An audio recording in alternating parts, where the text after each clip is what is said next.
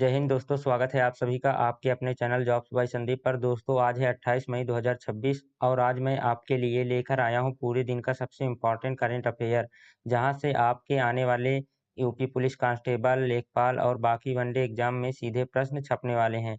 आज की क्लास में हम देखेंगे कि कैसे हमारे चंद्रयान 3 के विक्रम लैंडर ने चांद पर दोबारा उछलकर इतिहास रच दिया है। बात करेंगे माउंट एवरेस्ट पर लगे 30वें महा रिकॉर्ड की। और हाँ, वीडियो के एंड में 5 ऐसे चुनिंदा प्रश्न हैं जो कल की क्लास से हैं, तो देखते हैं आज आप 20 में से कितने सही कर पाते हैं।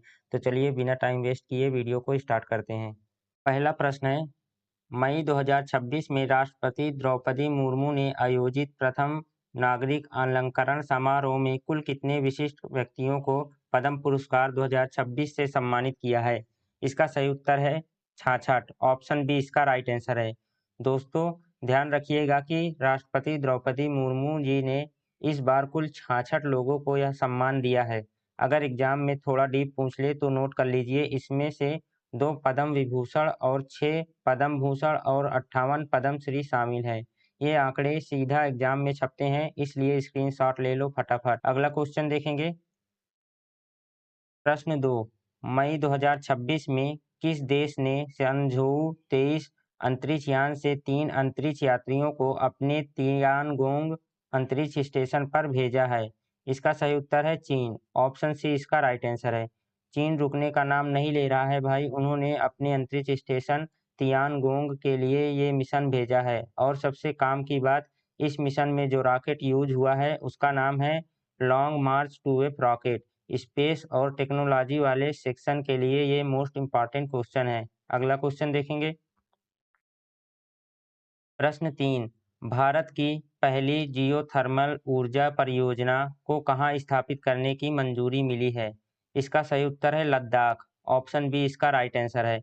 भारत का पहला है भाई, इसलिए ये क्वेश्चन तो सुपर इम्पोर्टेंट कैटेगरी में आता है। यह भारत की पहली भू-तापीय ऊर्जा परियोजना है जो लद्दाख की खूबसूरत पूगा घाटी में बनने जा रही है।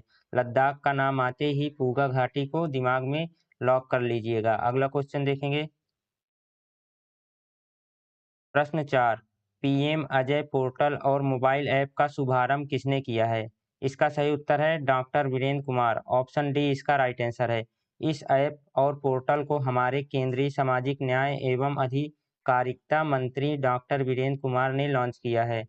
इसका असली मकसद जानते हैं क्या है? जितनी भी सरकारी कल्याणकारी योजनाएं हैं उन्हें जमीनी स्तर पर बेहतर बनाना, ताकि आम जनता को सीधा फायदा मिल सके। अगला क्वेश्चन देखेंगे। प्रश्न 5, भारत ने किस अफ्रीकी देश को डब्ल्यूटीओ में शामिल करने के लिए जेनेवा में एक द्विपक्षीय प्रवेश प्रोटोकॉल पर हस्ताक्षर किए हैं? इसका सही उत्तर है एथियोपिया। ऑप्शन ए इसका राइट आंसर है। इंटरनेशनल ट्रेड से बहुत बड़ा अपडेट है दोस्तों, जेनेवा में भारत ने एथियोपिया देश को वर्ल्ड ट्रेड ऑर्गेनाइजेशन यानी डब्ल्यूटीओ में एंट्री दिलाने के लिए एक द्विपक्षीय प्रवेश प्रोटोकॉल पर साइन किए हैं। भारत अब ग्लोबल लेवल पर दूसरे देशों की इकोनॉमी को भी सपोर्ट कर रहा है। अगला प्रश्न देखेंगे। प्रश्न 6, इसरो के चंद्रयान-3 मिशन के किस घटक ने चंद्रमा की सतह पर हाफ प्रयोग एक्सपेरिमेंट सफलतापूर्वक पूरा किया है? इसका सही उत्तर है विक्रम लैंडर। ऑप्शन बी इसका राइट आंसर है। हमारे विक्रम लैंडर ने चांद की सतह पर एक बार फिर से इतिहास रच दिया है। हाफ एक्सपेरिमेंट का मतलब जानते हैं क्या होता है? लैंडर ने चांद की जमीन पर एक बार फिर से अपना इंजन स्टार्ट किया, थोड़ा ऊपर उछला और कुछ दूरी पर सेफ लैंडिंग की। इसरो की ये तकनीक फ्यूचर मिशन के लिए गेम चेंजर है। अगला क्वेश्चन देखेंगे। प्रश्न 7, 79वें कांस फिल्म महोत्सव 2026 में सर्वोच्च सम्मान पाल्मे डिओर किसने जीता? इसका सही उत्तर है क्रिस्टियन मोंगियो। ऑप्शन सी इसका राइट आंसर है। सिनेमा जगत का सबसे बड़ा मंच 79वें कांस फिल्म महोत्सव में रोमानिया के बेहतरीन डायरेक्टर क्रिस्टियन मोंगियो को उनकी फिल्म फाजोर्ड के लिए सिनेमा का सबसे बड़ा सम्मान यानी पाल्मे डिओर मिला है। फिल्म का नाम और डायरेक्टर दोनों रट लीजिए। अगला क्वेश्चन देखेंगे।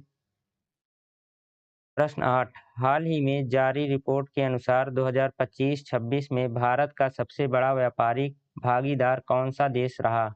इसका सही उत्तर है अमेरिका।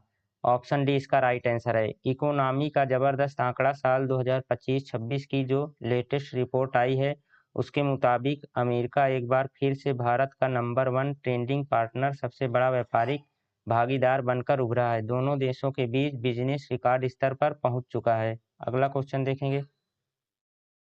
प्रश्न 9, माउंट एवरेस्ट को रिकॉर्ड 30वीं बार फतह करने वाले दुनिया के पहले व्यक्ति कौन बने हैं? इसका सही उत्तर है कामी रीता शेरपा। ऑप्शन ए इसका राइट आंसर है। रिकॉर्ड तो बनते ही हैं टूटने के लिए, लेकिन इस इंसान का रिकॉर्ड तोड़ना नामुमकिन सा लगता है। नेपाल के कामी रीता शेरपा ने खुद अपना ही रिकॉर्ड पीछे छोड़ते हुए 30वीं बार दुनिया की सबसे ऊंची चोटी माउंट एवरेस्ट पर तिरंगा फहराया है। ये जज्बे को सलाम है। अगला क्वेश्चन देखेंगे। प्रश्न 10, विश्व थायराइड जागरूकता दिवस 2026 कब मनाया गया? इसका सही उत्तर है 25 मई। राइट आंसर है। सेहत से बढ़कर कुछ नहीं, हर साल 25 मई को पूरे विश्व में थायराइड दिवस मनाया जाता है। इसका सिंपल सा मकसद है कि लोगों को इस साइलेंट बीमारी के लक्षणों और इसके इलाज के बारे में जागरूक किया जा सके। अगला प्रश्न देखेंगे। प्रश्न 11, किस भारतीय बैंक ने हाल ही में zero balance digital saving account launch किया है? इसका सही उत्तर है एक्सिस बैंक। ऑप्शन ए इसका राइट आंसर है।